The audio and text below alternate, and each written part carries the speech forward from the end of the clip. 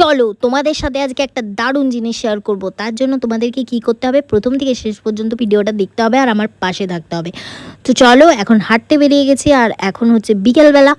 আর কি ভাগ্যে আজকে আমাদের এদিকে বৃষ্টিটা একটু থেমেছে, তার জন্য আমরা একটু শান্তি মনে ফুরফুরে মেজাজে একটু হাঁটতে বেরোতে পেরেছি। না হলে সেই ঘুম থেকে উঠেই বৃষ্টি, আবার শুতে যাওয়ার সময়তেও বৃষ্টি, যখন আমরা চোখ বন্ধ করছি তখনও কি বলবো। তো এই জিনিসটাই তোমাদের সাথে শেয়ার করতে চলে এসেছি। এটা কি বলো তো, এটা হচ্ছে ছাতু। এটা গ্রাম সাইডেই পাওয়া যায়, মাঠের ধারে বিশেষ করে ছাতুটা হয় বর্ষার দিনে। আর এই ছাতুটার এত টেস্ট তোমাদেরকে বলে বোঝাতে পারবো না। তোমরা যে বাজার থেকে মাশরুম কিনে খাও না, তার থেকে তো হেভি হেভি অনেক অনেক গুণে ভালো খেতে এই ছাতুটা, তবে সবসময় পাওয়া যায় না আর বাজারে বিক্রিও খুব কম হয়। এটাকে উই ছাতু বলে।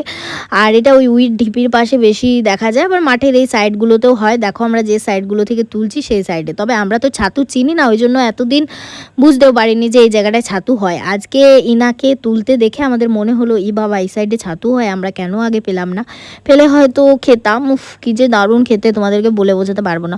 তো আমাদের সাইডে ছোট্ট করে একটা মেলা বসেছে, সেখানে বিকেলবেলায় গিয়েছিলাম। আর আমার সেন্টি বাবা কিন্তু ঘরে এসে দেখো কি করছে, আমার পুচকু সোনাটা। তো যাই হোক, তারপর রাত্রেবেলায় আজকে ডিনারে ছিল লুচি, আলুর দম, কাঁঠাল আর পায়েস। উফ মনটা যেন ভরে গেল।